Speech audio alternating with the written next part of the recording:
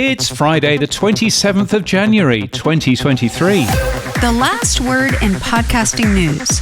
This is the Pod News Weekly Review with James Cridland and Sam Sethi. I'm James Cridland, the editor of Pod News. And I'm Sam Sethi, the founder and CEO of Podfans and the host of Sam Talks Technology. In the chapters today, it's a new dawn at Spotify. See what we did there? We talk about Buzzsprout subscriptions, and is the number of new podcasts really 80% down? Plus, we've got Jack Davenport from Goal Hanger Podcasts to talk about working on some of the biggest podcasts in the UK.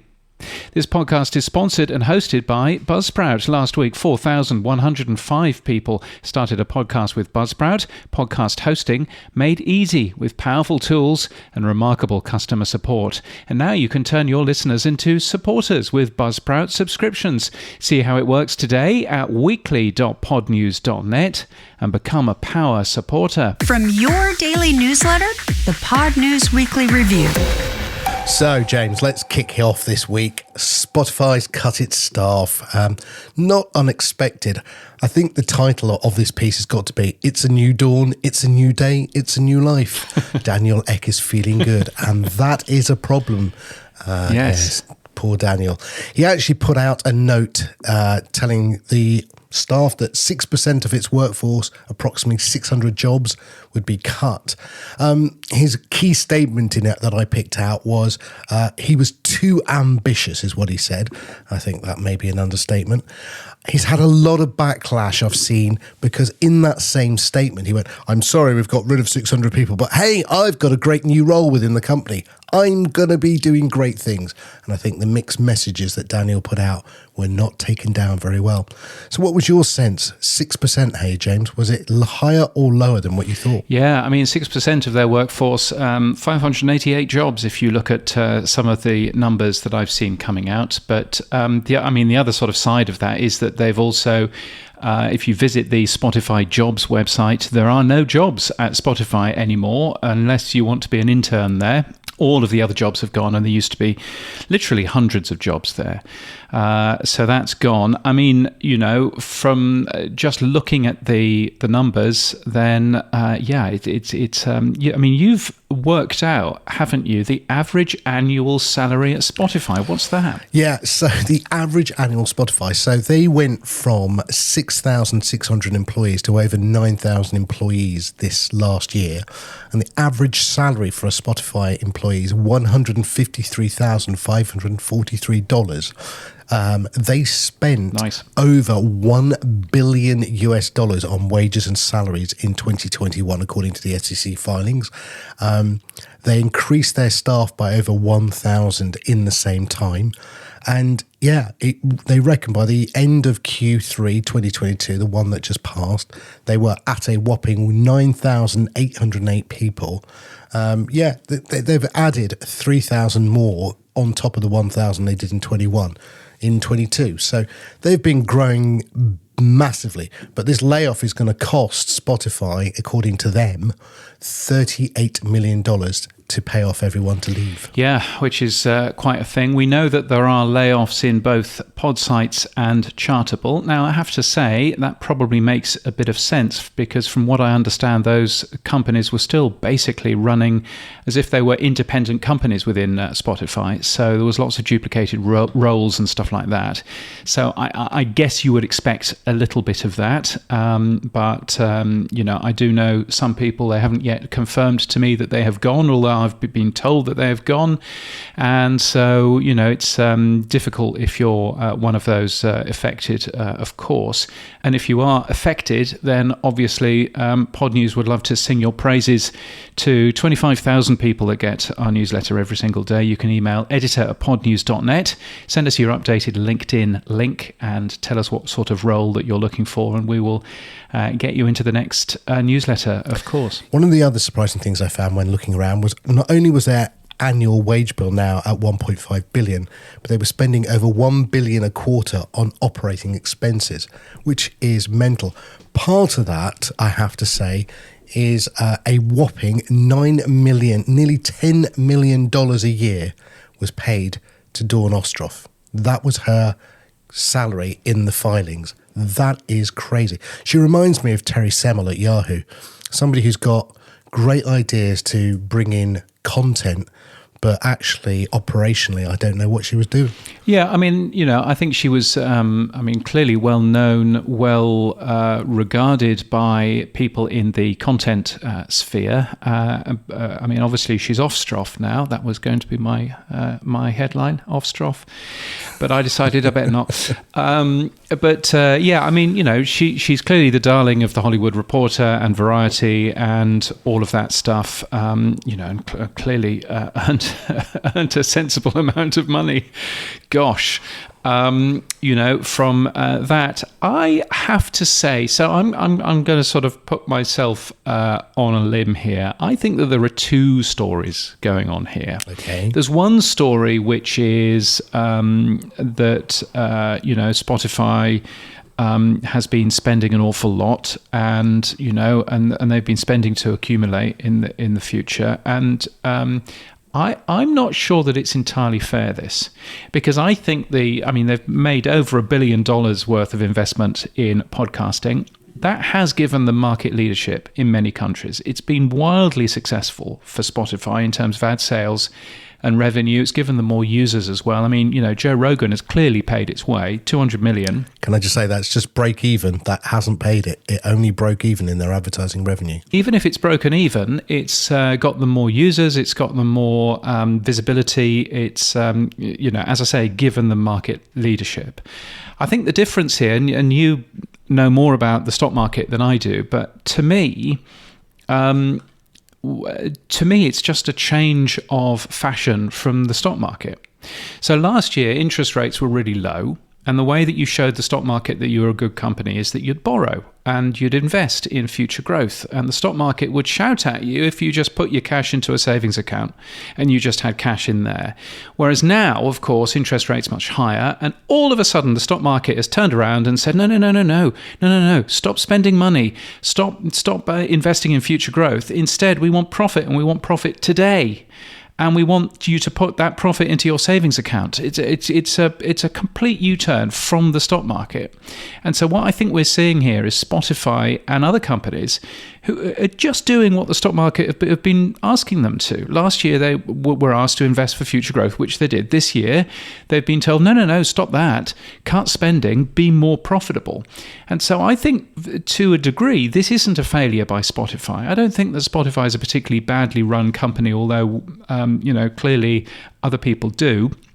I don't think it's certainly isn't a problem with podcasting, and podcasting is still growing. Podcasting isn't in decline. Ad revenue for podcasting is still growing. I think it's a failure with the stock market.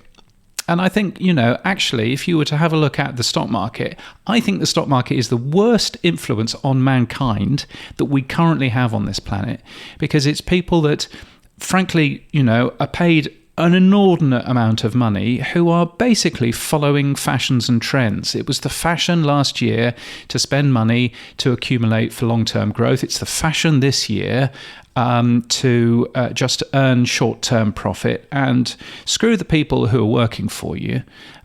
Instead, just get rid of all of those people and do what we want because we're the stock market. I don't know whether that's going slightly overboard, Sam, but that's my thoughts on it. No, I mean I'll try and stick this to podcasting rather than going on to the economic theory.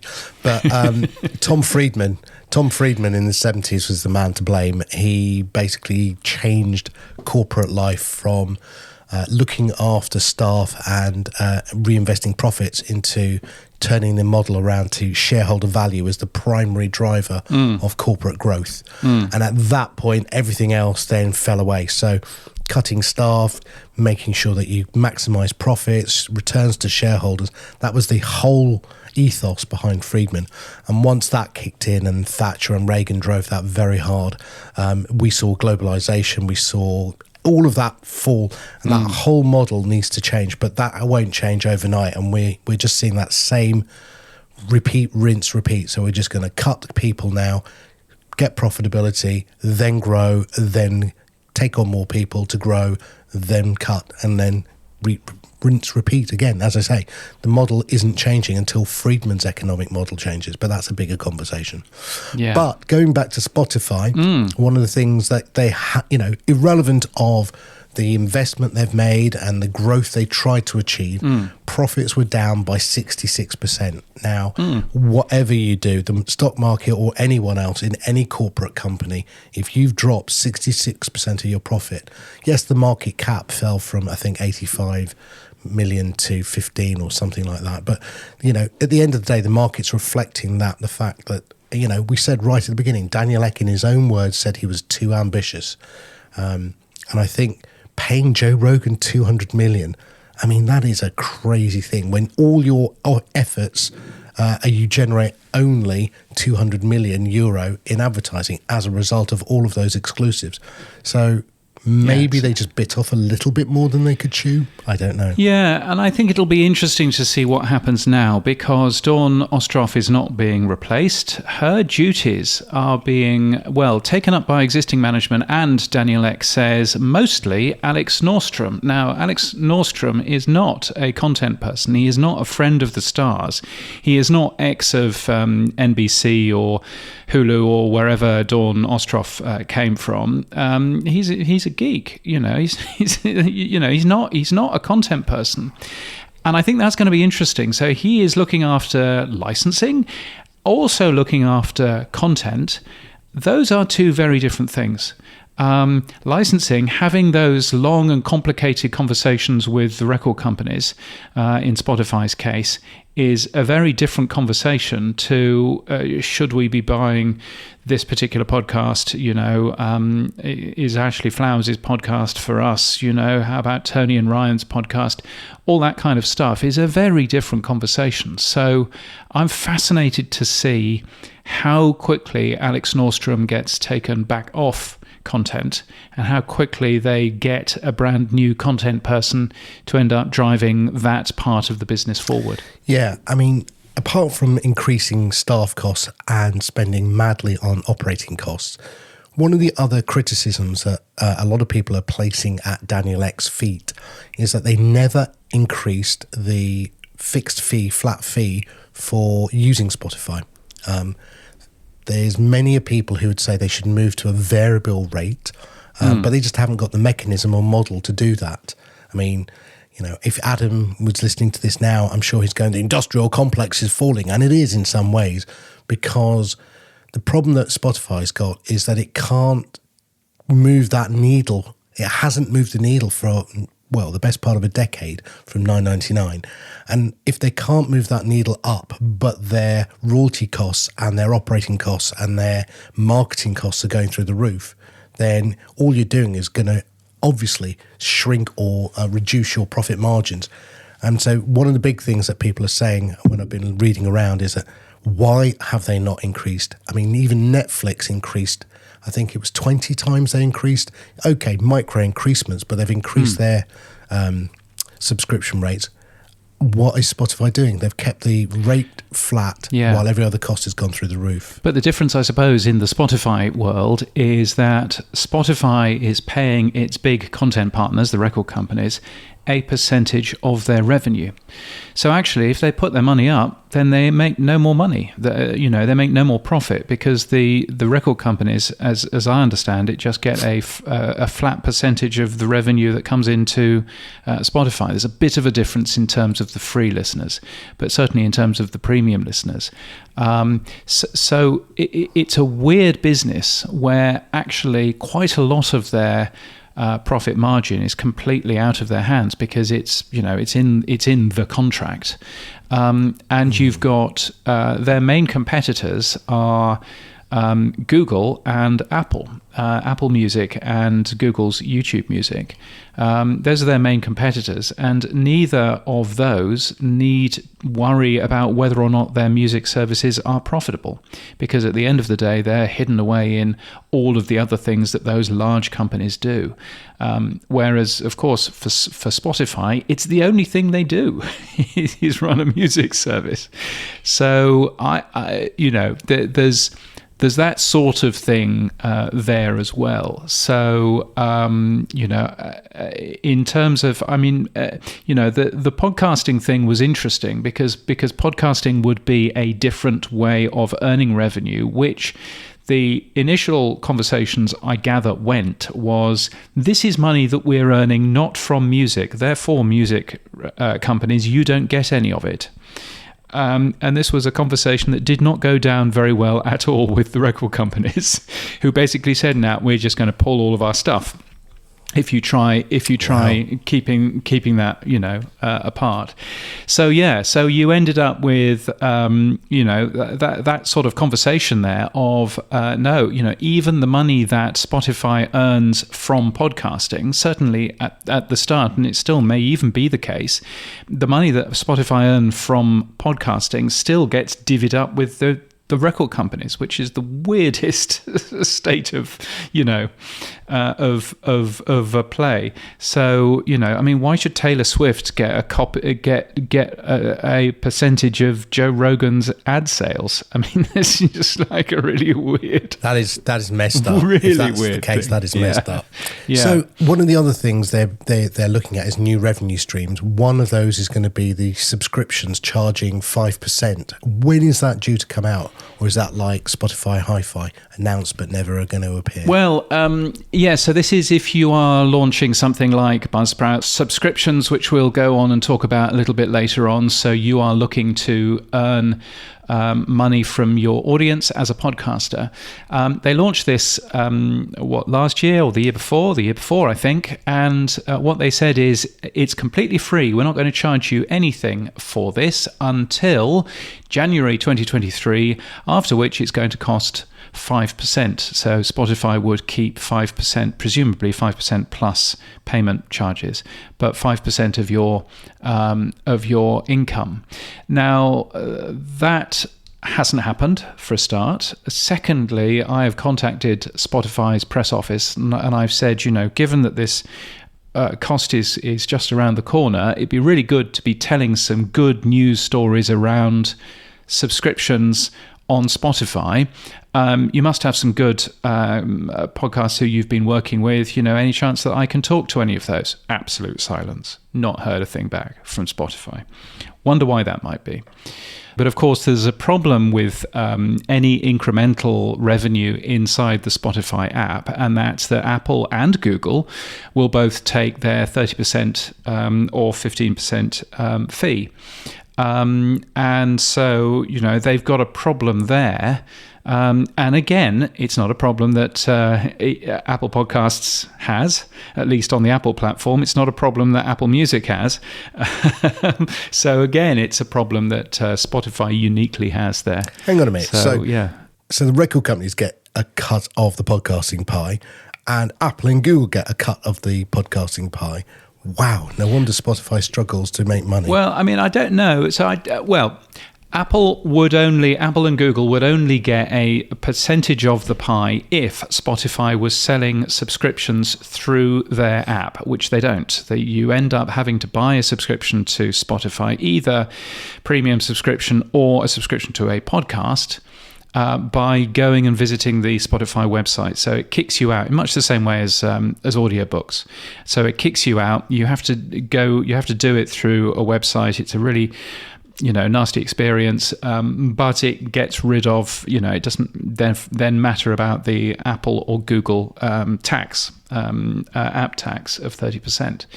So, but they could be, if they streamlined it and made everything work flawlessly within the app, they could end up having to pay that additional 30%, which is no good really. So they've got that, as an issue, I think. So in summary, James, who's in charge of Spotify podcasting now? Well, who's in charge of podcasting within Spotify? Alex Nordstrom, apparently, but then he's in charge of all content, including all of the music and the audiobooks and everything else as well. So good luck on that. There are still people in charge of Anchor and in charge of, the pod sites and Megaphone and all of that stuff. So there are, people working on that kind of side of it as well. But in terms of who's in charge of podcasts strategy from a content point of view. I mean, Alex Nordstrom is the person, but he's clearly not the person, is he? So who is in charge? Daniel, if you're listening, Spotflix is available for sale still. Just thought I'd put it out there. It's still open for sale. Spotflix.com. Yeah, here it comes. The merger of Netflix. That's my big one. That's the retirement fund, mate. That's the one I'm banking on. Yes. Now, it's not just Spotify, is it? Audio workers have been laid off by Vox Media, according to HotPod, which is owned by Vox Media. The team producing Cover Story are laid off, as well as others. Around 130 people have been laid off there. And, of course, Google have cut 12,000 jobs, Microsoft 10,000 jobs, Facebook 11,000 jobs, Salesforce 8,000 jobs, Amazon 36,000 jobs, and Twitter 3,700 jobs. What about Apple? Apple haven't cut anybody yet, have they? No, and I wanted to find out why. And part of it is, when you look at the numbers, that Apple only increased through COVID their staff by 27%. Amazon increased their staff by a whopping nearly 50% in total, and Google and Microsoft equally stupidly high numbers. So, when you're on Facebook, I think it was 95% increase in staff through COVID. So when you've got crazy high growth like that in terms of staff, no wonder you're going to have to cut back heavy on the downside, the other side. That's madness, isn't it? Yeah. Why would you double the size of your company? Wow. Yeah. So we'll see what Apple does next, but they haven't cut anyone yet. Let's move on, shall we? Yes. You mentioned right at the start of the show, in the chapters, you said that the number of new podcasts, is it really down by 80%? So shut the front door, James. Explain what the hell you're talking about. Yes. So this is news that lots of people were worried about. If you go to a website which is called Listen Notes, you will see that the number of new podcasts over the last couple of years has dropped by 80%. And so a couple of journalists have taken that and they've printed, podcasting is in real trouble. People are giving up on podcasting. The number of new shows has dropped by 80% in 2 years. We're all doomed. Doomed, I tell you. Doomed. So I thought, well, is this really the case? And indeed, what is Listen Notes measuring anyway? So I spoke to Daniel J. Lewis. He is also works on a set of numbers on podcastindustyinsights.com, and he gave me very, very similar numbers. But of course, those numbers and the numbers from Listen Notes are total shows in Apple, not total podcast shows out there. And actually, if you go and you try searching for Archetypes, which is a Spotify exclusive, in the Listen Notes database, you won't find it, for example, because Listen Notes only measures Spotify. So that was one thing. So actually, it's not new shows, it's new shows in Apple Podcasts. But there's another sort of nuance here in terms of Anchor, because if you remember, there was a bit where Anchor, in the middle of 2021, suddenly stopped auto-submitting to Apple Podcasts. So Anchor had this thing with Apple where they would automatically submit your show on Anchor automatically into Apple Podcasts, and weirdly, Apple Podcasts wouldn't moderate that. They would just be automatically moderated. And I should say that both Apple and Anchor have both denied to Pod News that the companies had a process that circumvented approval, although they obviously did.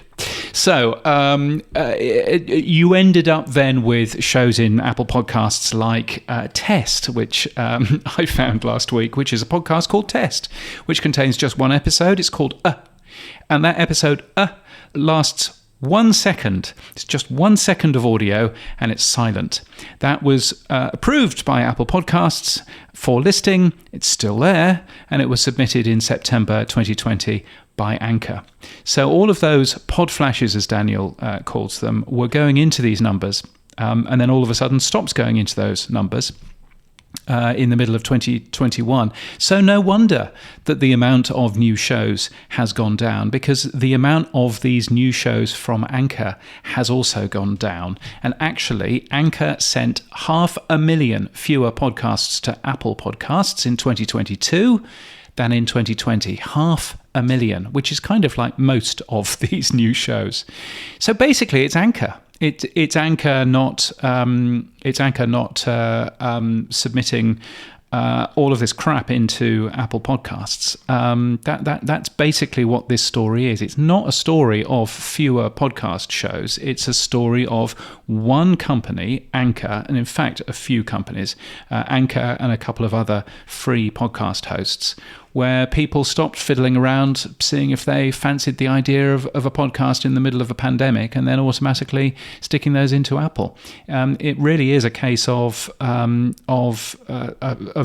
and nothing to do with people falling out of love with the idea of podcasting. And in fact, if you have a look at new episodes rather than new shows, then new episodes is growing just as much as you would expect it to. Yes, there was a peak in the middle of the pandemic, but if you have a look at 2022, well, it follows exactly the same line as 2017, 2018, 2019. So basically, no, podcasters aren't giving up.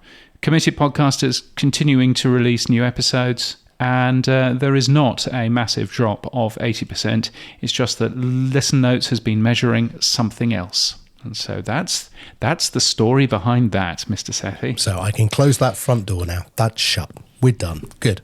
And actually, indeed. And there's a link to that in our show notes, and of course the Pod News newsletter as well. So I did, when you said it's not Anchor, I had the old advert in my head. It's not Anchor, it's not butter, but that's a different story if you remember that ad. Anyway, moving swiftly on. Good Lord. Yes, that's an old ad. That's an old ad.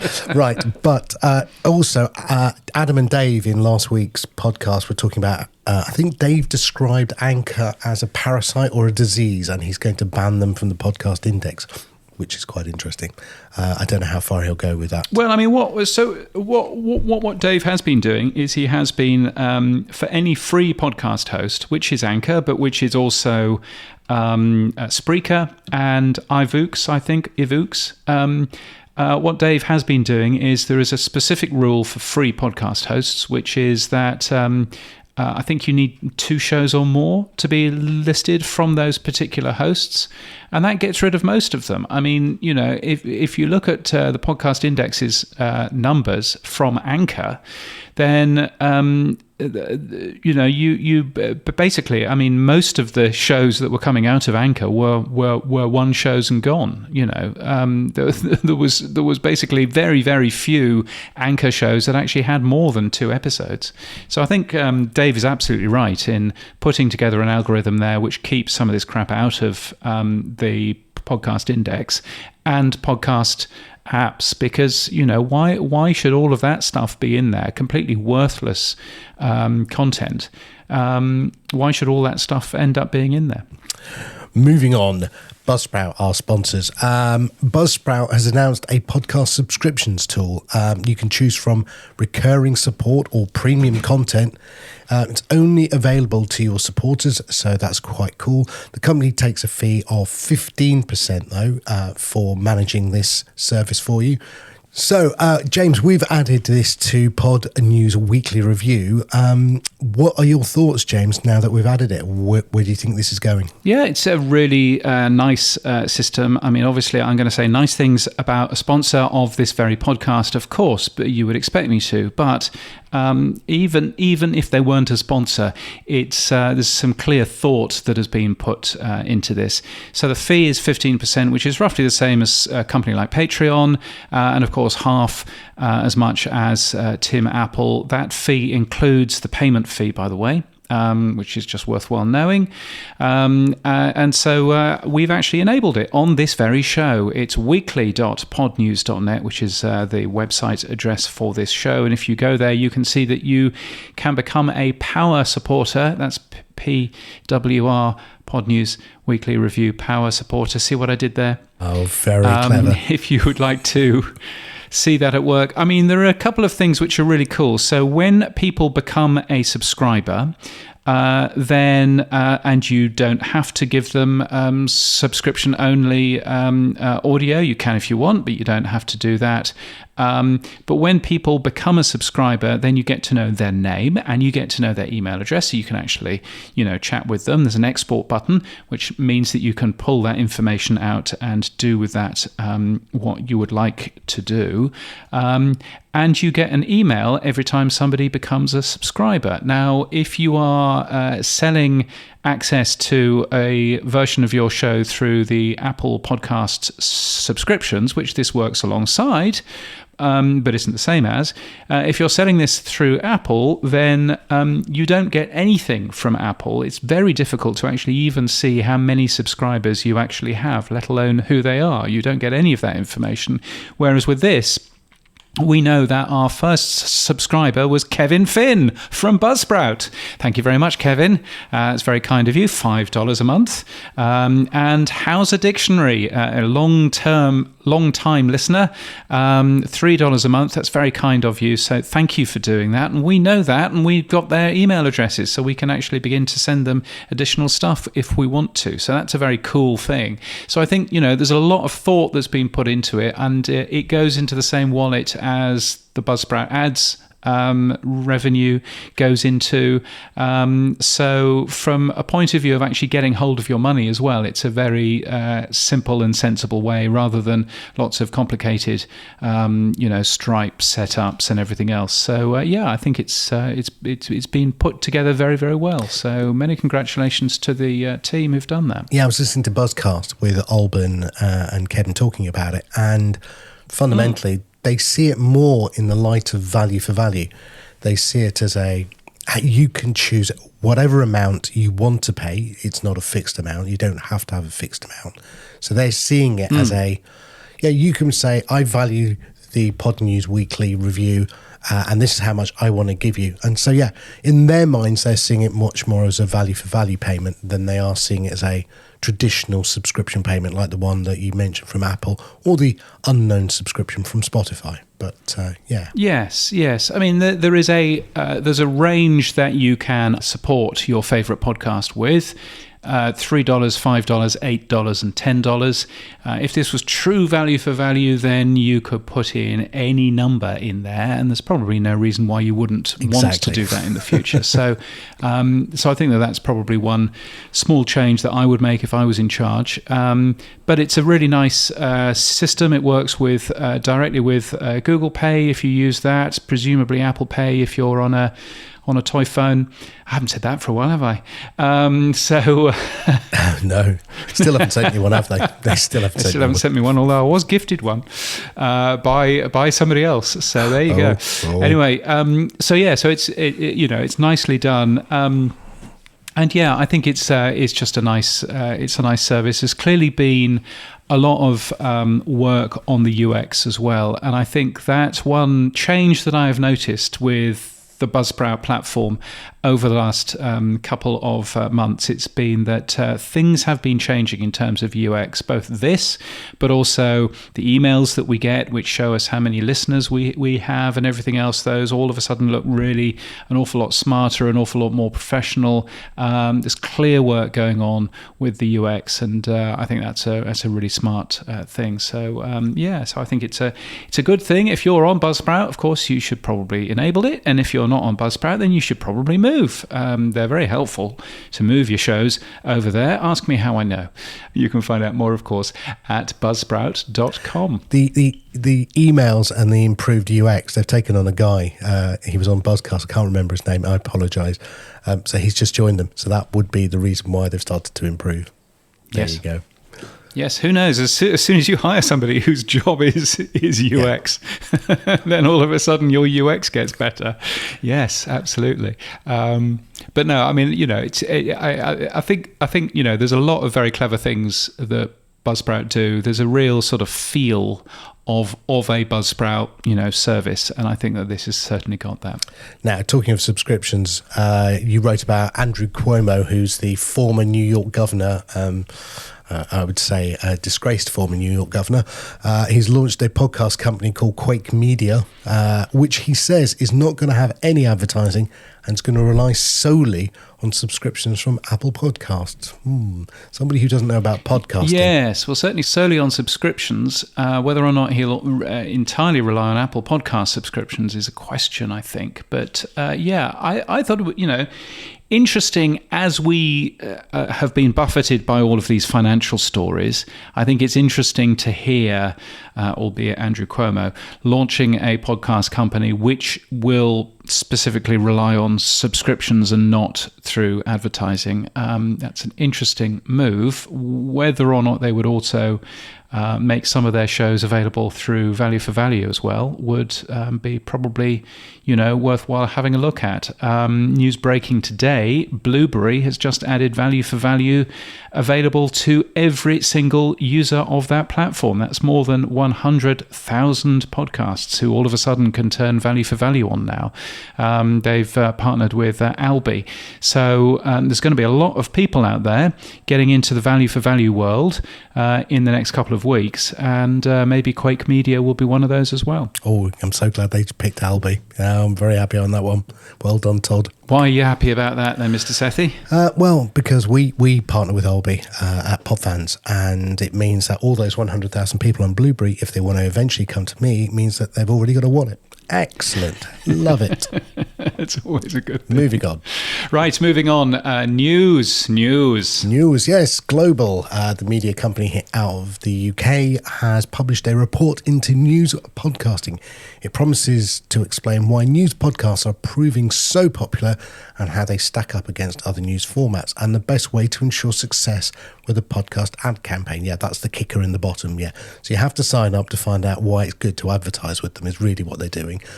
But more seriously, the News Agent, which is their key news podcast, and also The Rest is Politics, tend to be at the top of the charts for Apple Podcasts anyway, here in the UK, and they're doing great guns globally. I mean, I think the News Agent did 10 million downloads. I mean, it's doing great guns. So, yeah, there is a thing I think they were talking about. I think it was Alistair Campbell was talking about why are they so successful against traditional journalist media outlets.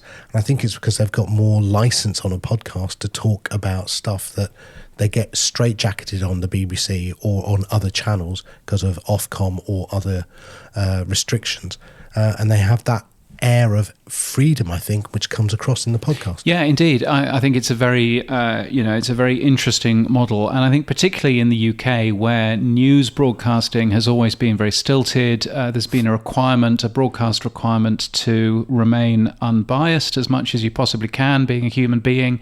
And so therefore there's a lot of, other sideism in broadcast news, which you don't have to do in a podcast. So that's helpful too. You ended up speaking to Jack Davenport, who's behind The Rest is Politics, didn't you? Yeah, Jack's the MD of Goalhanger Podcasts, which is the production company behind The Rest is Politics, The Rest is History and Empire. And I just wanted to find out, they've had an amazing 2022. What are their plans for 23? They are going to internationalise. They're coming to America. And what do they think of things like subscriptions and other payment models, and where do they fit within the advertising and how they make their money? So I spoke to Jack. Goalhanger Podcasts came out of a TV production company called Goalhanger Films. It was set up in 2013 by my business partner, Tony Pasta, who used to run ITV Sport, and Gary Lineker. They specialise in sports documentaries and started dipping their toe into podcasting in 2018. Don't mention toes with Gary Lineker. That's not a good thing. That just wanted to say. Well, it all started around Gary doing a podcast with Danny Baker in 2018, which did really well, but commercially podcasting wasn't in the space that it's in now. So that did great numbers for a couple of years for us. Tony is a history buff and saw a gap in the market for a World War II history podcast. We have ways of making you talk with Al Murray and James Holland, which is still going, 600 odd episodes in, fantastic, loyal audience and community around it, which we've done everything from, shows from inside tanks to run a 3-day festival in a field. Technically, that's longer than the war. Yeah. It's longer than the war. I feel like they've probably got at least another 600 episodes in there. It feels like they're barely scratching the surface. So that was how we got into the history side of it. Parallel to this going on, I was a producer at the BBC for several years. I was on a 5 Live Sport. I left the BBC in 2018 to move down to London, and with just a vague notion of, my job at the BBC had increasingly become podcasting. So I tried to come down here and do that. Wasn't much more complicated thought than that. I spent the first couple of years working in the more commissioned sector or branded content, things like that. We retained excellent relationships with the BBC, did sports coverage for the BBC alongside branded stuff for football teams, other publishers, that kind of thing. Came into contact with Tony through some of that commission work and Goalhanger, and I pitched them The Rest is History, i.e. a wider ranging history podcast. You could float between different areas of history, would be comfortable doing anything. It was chat format. I thought we should do it with Tom Holland, who I follow on social media and had read a book or two of his and seemed like a really engaging character. And we had the link there because he's the brother of James Holland, who was doing the World War II history podcast. So we started The Rest is History. I produced the first 100 or so episodes myself, just as a kind of, let's do this and see what comes of it. And to be fair, fairly quickly, The Rest is History as a podcast started in December 2020. And by summer 2021, it was obvious that we had something on our hands and it would sustain a business being built around it, trying to replicate the same principles on which we started The Rest is History. So Goalhanger Podcast was that new company, which started in January last year, 2022, almost exactly this time when we were recording the interview. And then the first podcast we did under the new umbrella of Goalhanger Podcasts was The Rest is Politics, which, ably assisted by the political carnage of last year, was, a smash hit, and so became something that we honestly had never envisioned when we first came up with it. And so we find ourselves a year in with 2 big hits. We've just launched a spin-off of The Rest is Politics, which is called Leading, which is doing really nicely. We launched Empire with William Dalrymple and Danita Anand, which we're really proud of as well. And we've got big ambitions to keep going. So the answer to the question, Grandad, was what did you do during the COVID? Well, I started a production company and had a massive hit. So yours is at least an interesting story. Before we move on, who's the goal hanger, you or Gary Lineker? I'm just trying to work out who named it. In my footballing days, I probably was goal hanger, but that was very much a Gary back in the day, and Tony would probably mark himself with that as well. But, it probably makes more sense for a sport TV production company to be called Goalhanger Films. Maybe a podcast company that does history and politics is not quite obvious, but that is the origin of it. Okay, so The Rest is Politics, amazing numbers, amazing downloads. You ended up the year at the Royal Albert Hall with 5,000 people, fully paid up to come and watch you. You did a few trial live events as well prior to that. I mean, just talk me through, what was the meeting that said, oh yeah, you know what, we'll get 5,000 people to come and watch 2 ex-politicians sit on stage and talk about politics. That's going to work.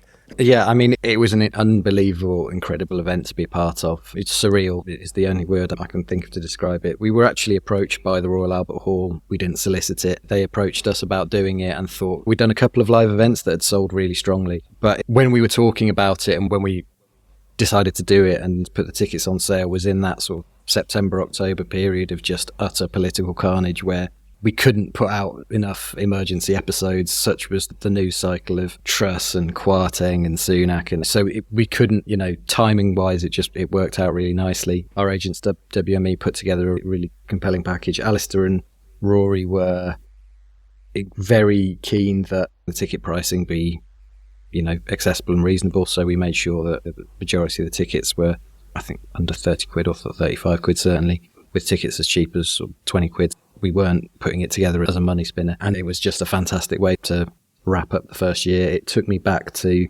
my days as a sort of live radio producer. There's a buzz to doing live stuff that is unique in this sort of broadcasting. So no, it was a fantastic experience and everyone seemed to be quite happy. We've had great feedback on it and we definitely were making live shows a priority for us going forward. So it's an obvious one, but my dad wrote a porno, did Wembley. Goalhanger Productions has got to do Wembley. You've got to have, and they think it's all over, but it is now. Yeah. It's got to happen. Alistair's, desperate to do it. Go to Wembley. Does he think he's a rock star? I mean, the Peter Crouch podcast did at Wembley Arena fairly recently with a huge carnival audience around it. So we'd love to get to that. So going back to more practical matters, how do you pair up your hosts? How do you go and find hosts? So not just The Rest is Politics, 'cause I think that's got a great story behind it from what I've heard, but also how do you find Anita Anand and William Dalrymple? How do you find your hosts?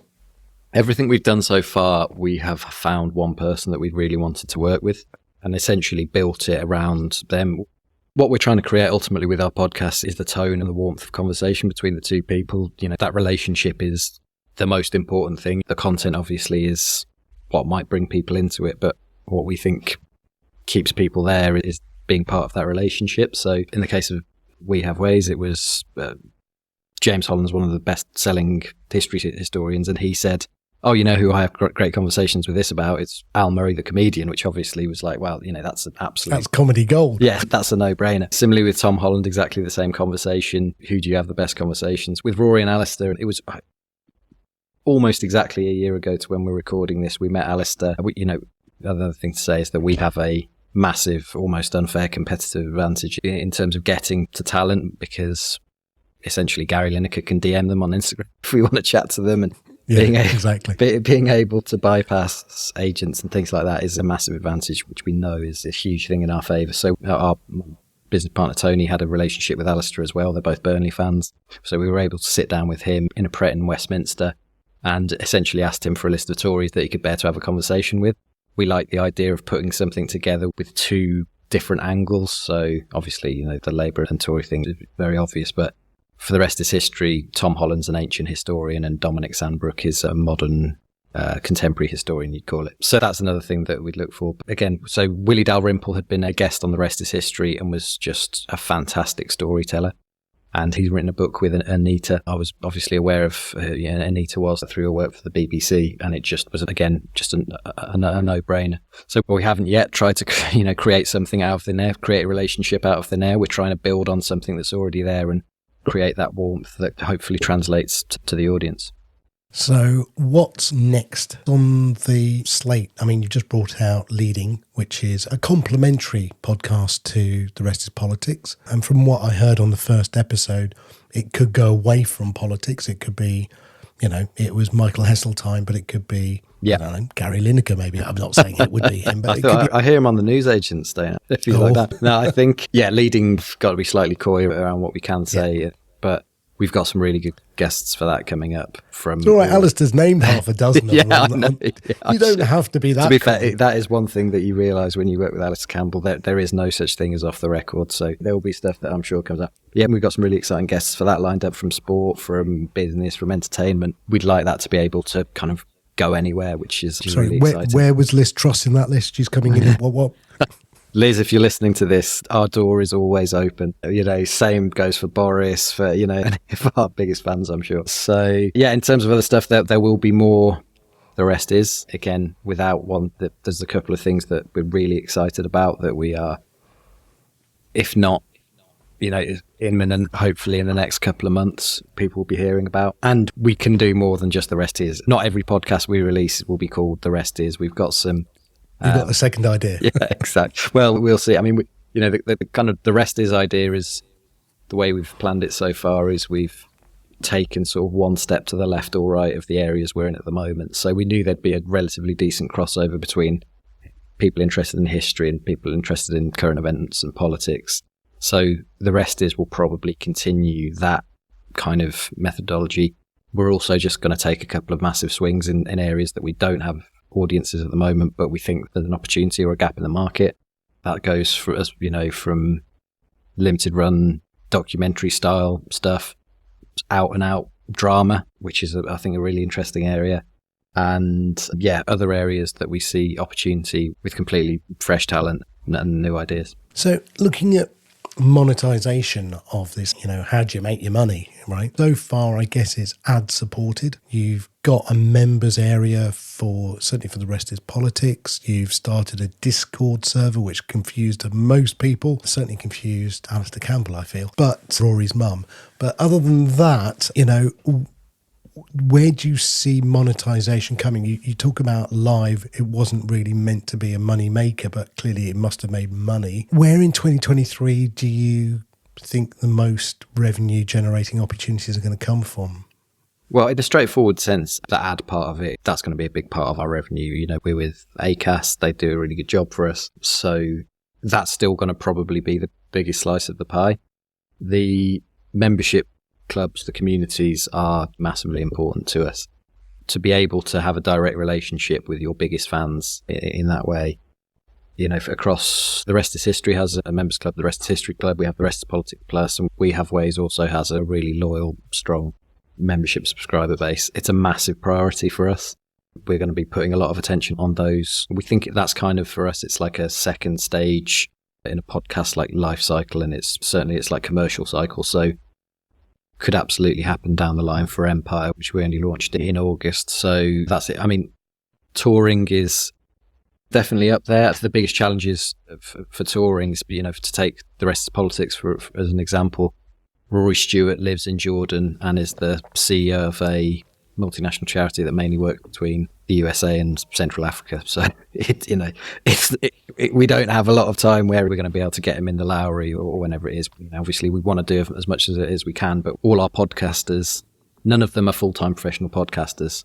Maybe that will change in the next year, but whether that's Tom Holland and Dominic Sandbrook writing books, or Alistair Campbell consulting and all the other stuff he does with charity work, and Rory as well. So that's part of the strategy. And then, it's how far we can go beyond that. Obviously we now have strong and what I think are strong brands just in the general area of history and politics that maybe lends itself to traditional publishing, whether that's, books or magazines. There's the possibility of video content, either from a traditional sort of TV perspective or a digital YouTube offering. That's something that we, like everyone else in podcasting, I'm sure, is trying to work out the best way of doing. So yeah, our kind of overall strategy this year is how we become more than just audio podcasts and how we can become more than just an audio podcast company. I mean, the opportunity for video feels like the main part of that is discoverability.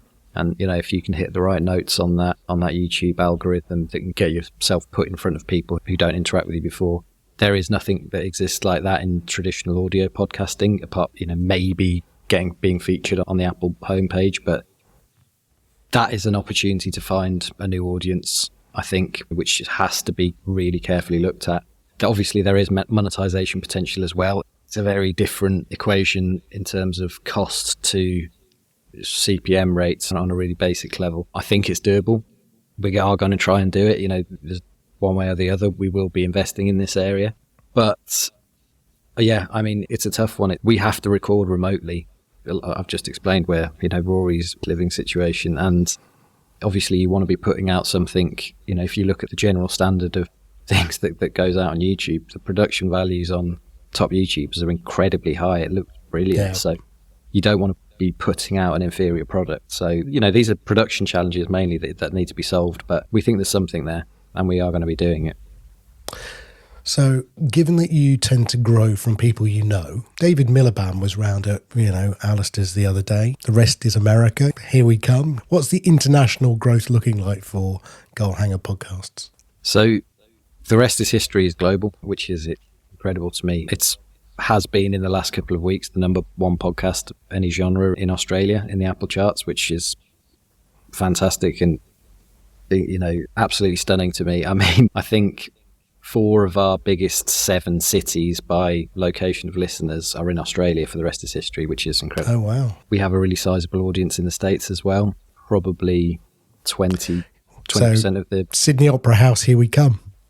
Yeah, exactly. Did my dad write a porno do Sydney? I mean, they definitely did something in Sydney. I don't know if it was the Opera House, but so that would be something to aim at. We do, you know, without wanting to reveal too much, we have an offer on the table for a 6-date Aussie tour for The Rest is History, which we really hope is going to be happening in autumn, which would be absolutely fantastic to do. We've got relative to our overall audience size, a big audience in the States for The Rest is History as well. It's probably 20% of our audience is American, and we're having a big push along that front over the next couple of months. So, yeah, you know, absolutely. The Rest is Politics, obviously, by the nature of the UK focus of the content, it has a smaller US audience than The Rest is History. A growing US audience, but it is smaller. But there is a really interesting opportunity around what an American version would look like. Maybe politics is just too polarized over there. Come on. Marjorie Taylor Greene and AOC would be absolutely dynamite. Exactly. I would pay just to sit there and watch that. That would be daggers. I don't want to give too much away, because it is something we are actually in the middle of discussions with a couple of US production companies about what it looks like. And without wanting to, there's some of the names being thrown around. It's like, if we could put it together with, a famous former acting governor of California, for example, that would be utterly insane and fantastic. Obviously, I mean, that this is a little bit, maybe a bit pie in the sky, but definitely wouldn't rule it out. And it's something that we'd love to do something like that. Well, as they say, I'll be back to talk to you about it later. Jack, thank you so much for your time. Look, amazing year 2022. All the best for 23. If people want to find Goal Hanger Podcast, where would they go, or just where would you find more about yourselves and what you're doing? Yep, goalhangerpodcast.com, or probably the best way would just be to connect with me on LinkedIn, Jack Davenport, Goalhanger Podcasts. And yeah, always happy to chat. And in People News, Jay Green, who was working for Cadence 13 and Odyssey, has now joined Soundrise as a Senior Vice President of Strategy and Operations. He is a industry veteran, I think is a polite way of saying he's been working in the industry for a long, long time. So many congratulations, Jay, for joining Soundrise. Lovelyn Corbett has also moved from Kantar to join Soundrise as well, to become the new Director of National Accounts. Johan Billgren is stepping down from Acast. He's leaving the business. He was, of course, co-founder and chief innovation officer, and in fact owned an awful lot of entertaining initials. He is remaining a shareholder, and he's very, very proud of everything that he's done, and so he should be. Larry Wilmore, a comedian and host of Black on the Air, is to host the 2023 Podcast Academy Awards, and Brittany Bernardo has been named as Senior Director of Revenue and Sales Strategy at True Native Media. It's a new hiring for them. She was Director of Podcast Sales at iHeart Podcast Network. If you're looking for a job, Pod News has podcasting jobs across the industry and across the world, and they're free to post too. It'll take just 2 minutes to add a new role at podnews.net/jobs. And if you've been affected by recent changes in the job market, we'd love to sing your praises to more than 25,000 subscribers. Just email editor@podnews.net. The tech stuff on the Pod News Weekly Review. Yes, it's the stuff you'll find every Monday in the Pod News newsletter. Here's where we do all of the tech talk. Sam, more podcast hosting companies supporting more things in Podcasting 2.0. Yeah, congratulations to Spreaker. It's the latest podcast hosting company to support transcripts. Yay, well done you. Using the podcast transcripts tag, it allows podcasts to publish transcripts and captions, which are shown by a growing number of podcast apps. So yes, another one joins the fold. Yes, and of course they're joining Blueberry, which added the podcast transcript tag a couple of weeks ago. RSS Blue, which is yet another podcast hosting company, have added splits in episodes now using value for value. So you can add all of that information directly. It's got information linking directly into your Fountain wallet or your Albi wallet. So that's all pretty cool as well. Yeah, and the one extra feature that they've added is you can also add your guests into those splits in RSS Blue, which I think is quite cool. So before you couldn't do that, you could put the hosts in And now in the RSS feed, you can now put the guests in, which I think is really cool. Yeah. Well done, Blue. Which is really nice. And there's a little bit of work going on at the moment with the podcast value tag, just potentially adding the lightning address. So, your lightning address, Sam, is sam@getalby.com. And so adding that into the spec as an optional choice, so that it just ends up being a little bit easier for podcast apps to be able to look up that information and pay you. So that kind of makes sense too. Oh, wouldn't it be just? Wouldn't it be just? That would be Yes. lovely. Now, Rephonic has also launched a free tool to enable podcast reviews on your website. This is a really smart thing. It looks so cool. And one of the things that I like about it is that the example, as all the best examples are examples of the Pod News podcast, of the Pod News Daily podcast. So there's a ton of entertaining examples in there, which I notice that James at Rephonic has very carefully scrolled down, so you don't see the miserable one from Mike Boudet at the top. So thank you again, James, for doing that. But it's very, very cool. So if you've got your own website, it's a little JavaScript include on there, which automatically goes off and pulls your reviews and sticks it onto your website. Not Rephonic, Ophonic has launched an auto EQ feature. It's in beta, and there are some examples in their announcement post. So yeah, that's another cool new tool that's come out. It is, and let's play two of those examples now. Here's a bit of the audio without their magic auto EQ feature. In our studio today is Dr. Bob Binshadler. Bob is a leading expert on glaciers and ice sheets. And now here's a bit of that same audio, but with the auto EQ feature. In our studio today is Dr. Bob Binshadler. Bob is a leading expert on glaciers and ice sheets. Well, that works then, doesn't it? That's pretty good. So congratulations, Orphonic or Alphonic. You've got me wondering how I pronounce that now. I've always pronounced it Orphonic, but maybe it's Alphonic. Oh, I have who no knows? idea. Todd Cochran pronounces it Orphonic, doesn't he? So, so still, there we go. Potato. There's a new demo stats page for OP3, which John Spurlock has added. Although if you do a quick look around, particularly on Mastodon, then you'll find a link to Buzzcast, Buzzsprout's very own podcast, which they've been sharing as well, which is nice. And finally, if you do a live podcast, basically, are you lit? The live item tag, then the way to do that, there's a lovely blog post from you, James, explaining a little bit more about it and your point of view for a radio station. What is this radio station? Tell me more. Yes, I was just really writing this because my other hat is a radio consultant, and I think that radio companies really should be jumping onto onto the live item tag and using that. If you're producing a podcast which is just, a weekly version of, the best of the breakfast show, for example, then why would you not want to signal the fact that the breakfast show is now live? The show that your listeners are already following, why would you not signal that breakfast show is actually live in somebody's podcast app? So I think that would be a super clever thing. So well worth radio stations looking into. And funnily enough, I've just been talking to a radio station in Germany all about it. So hopefully we might see some action from that side as well. Yeah, with River Radio, we basically called it Podcast First Radio. The reason was each show was 1 hour. It was a podcast that was being recorded live and broadcast live over DAB, Alexa and whatever. But we didn't implement the lit part because it wasn't really ready for mainstream.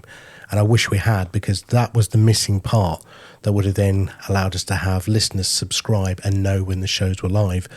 So yeah, I think it's amazingly good for radio stations to do this and implement it. And I think one of the things that Adam and Dave were talking about last week was adding radio as an extension in the medium tag as part of the namespace. so that it wasn't seen as a podcast or a music or a video, but it was specifically given a tag of radio as its moniker. Let's see what happens there. Should we go around the world? Let's go around the world. Where to first, Sam? Well, let's start in Spain. Prisa Audio has made its first upfront presentation on Friday. The company claims it's the world's second largest audio streaming company. Wow, that's a big statement. And it ranks number 1 in the Spanish language. The release contains a number of data points. Its ad revenue grew 43% over the previous year. Well done to them. Yes. They're doing pretty good work. And of course, Prisa Audio is not just in Spain, but it's in lots of other Spanish language countries as well, doing very, very well. Germany has just released the AGMA podcast ranker, which is one of their big podcast rankers. Zeit Online's What Now, which is a news podcast, which published 82 episodes in December, is number 1. 82 episodes in December. How many of that is per day? 82 divided by 31. 2.5 episodes per day. That's mental, isn't it? So they're number 1. Comedy show Baywatch Berlin, which released 4 shows, is number 2. With much the same amount of downloads. It's participating publishers only, and it's one of a number of different podcast rankers in Germany. Oh, great. You've left the Dutch one for me, haven't you? In the Netherlands, news from Lieven Hermans. Oh, I've just butchered that, haven't I? About a fund for audio production from the public broadcaster NPO, which was to disappear and now isn't, kind of. So there you go. Who knows what NPO is doing? It's this large public broadcaster that is run in a very strange way. I've seen strange ways of operating radio companies and TV companies before, but NPO properly takes the biscuit, and they've got specific funds there for audio that they said were going away, and then they've changed their mind and now aren't going away, although they probably will go away, and it's very confusing. But if you speak Dutch, Lieven Hermans, I've probably butchered it just as much as Sam does, has written a good blog post all about that. Also, in the same country, Acast has partnered with podcast production company Tony Media, which is a very big one in the Netherlands. So congratulations to them. And finally, out of Africa, congratulations podcasting group Podbreak for reaching your first year anniversary. Well done to you. Right, let's take a quick look at some events. Spotify has partnered with Pod Live Sport for the UK's first sport podcast festival. It's on February 8th to the 12th in London at King's Place, if you want to go along and take a peek at that. On Air Fest has announced all kinds of speakers and headliners. It's in Brooklyn in New York, February the 23rd to the 25th. Of course, Podcast Movement Evolutions is in Las Vegas at the beginning of March, 6th to the 10th of March. I'll be there. Sam will be there. A couple of other ones for you to know about. Radio Days Europe, which is in Prague, 26th to the 28th of March, has a podcast summit, particularly. The New York Podcasting Summit is in Auckland, May the 13th. Looking forward to that. More details of that on Pod News earlier on this week. And the podcast show in London is coming back May the 24th to the 25th. I was speaking to the organisers yesterday. I know a number of the names who are speaking. Some of them are massive, and it's going to be very, very exciting, but I can't tell you who any of them are. So there we go. A little bird tells me that you can get very cheap tickets for the Podcast Show London right now, because they've not announced anything about it. But you can save yourself 35%. It's just £49, whatever £49 is in dollars. 49 GBP in USD. $49. I can tell you it's 85 Australian dollars. Oh. Thanks Google for being useless. And I can also tell you it's $60. So it's very, very cheap. I mean, there is obviously, the flight to get there, but still highly recommended. That's towards the end of May. And there are more events, both paid for and free, at Pod News, both virtual ones and physical ones. If you're organising something, tell the world about it. It's free to be listed at podnews.net/events. Boostagram Corner on the Pod News Weekly Review. Oh yes, it's my favourite part of the week. You've done an excellent job of grabbing some exciting boosts. Who has sent us some boosts this week, Sam? The wonderful Kieran from your backyard. No, not literally your backyard, just where you live. It's sent us from mere mortals. TikTok podcasts. I also listened to this really great podcast the other day. It was two people in front of me speaking. I don't think Kieran likes TikTok podcasts as an idea, but he did send us a row of ducks, 2222. Yes, I think he's taking the mick. He also did a very good interview with Oscar Merry last week about the latest version of Fountain, and Oscar was also on Adam and Dave's show, Podcasting 2.0 as well. My feedback to Oscar after all of that was, buy yourself a microphone, mate. So hopefully he will be doing that too. Really good to see Karin. I saw him on Monday at the Brisbane Podcasters Meetup. It was an intimate affair, not intimate, not in that way, but there weren't that many people, is what I'm basically saying. But it was really good to see Karin in a pub in Brisbane, but about 40 minutes drive away. So I was drinking a beer called Nanny State, which is alcohol free, which was a bit tedious, but nevertheless it was good fun to have a chat with those people. There's somebody from the Netherlands again who we can't pronounce. I'm going to say the I is silent and go Julien, but you go for it. Yes. Who knows? So apologies. But anyway, 1,000 sats from you. Thank you. They say, thank you for keeping me updated again. I started a podcast about podcast news and what's happening in the industry for my fellow Dutchies. And of course, Pod News is a fantastic source along with other newsletters that he mentions that I'm not going to mention. Very excited to see where Sam's Pod Fans is going. Have a great week. P.S. Still earning my sats through Fountain. Happy to see that they have added the option to buy sats directly from your bank account. They have, yes, indeed. They did. And another row of ducks from Nathan Gaithright. Apple's only cutting their nose to spite their face, he says, if they've given up their position as tastemaker to someone else, but their market share doesn't appear at risk. Otherwise, how does Apple benefit from promoting any other kind of show? The Hot on Fountain chart can't drive the same extraordinary traffic, but it has the same incentives. Promote the type of shows that benefit the platform. Yes, if you put Fountain in, just your own Fountain wallet in as a 1% boost in your podcast, then you stand the chance of appearing on that Hot on Fountain charts, which is what I've done to this very show. So my split is now 48%, and I'm putting another 1% into Fountain and another 1% to the podcast index, I think. So yes, you're right, Nathan. I think Apple is doing some interesting changes, promoting their paid for subscriptions. So it'll be interesting to see what happens there. If you do get value from what we do, the Pod News Weekly Review is separate from Pod News. Sam and I share everything from it. We really appreciate your support so we can continue making this show.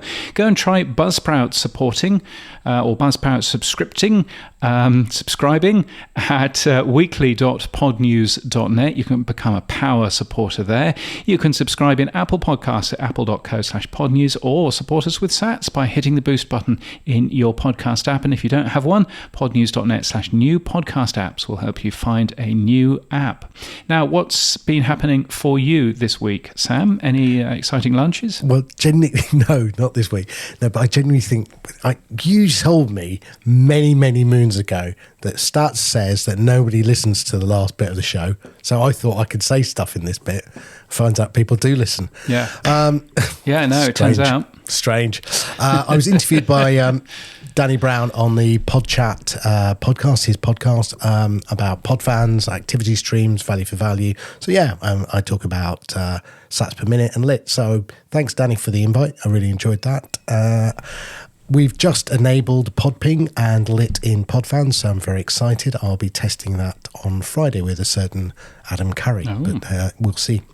And next week on this show, our guest is Jordan Harbinger. I've heard of him. I'll be interviewing him next week. Yes, he's I was going to say, he's not heard of you. No, he's excellent. I've known Jordan for a long, long time. He's an excellent person. So, yes, looking forward to hearing that. I hear that he's going to be at the podcast show in London as well. Oh, there you go. Now, James, what's happened for you this week? Please say you can tell me something. So I had a really good conversation yesterday with Tom Billington from the podcast show in London. I've got a number of things that I should be doing for him in a big list in front of me that I've been ignoring all day. So that's nice. Always good. I've mentioned the Brisbane podcasters as well, which is all fun. Looking at Radio Days Asia, we're starting our programming meetings tomorrow for that. That's in Kuala Lumpur in early September. So beginning to have a look at how that works. So that might be quite fun to continue working on.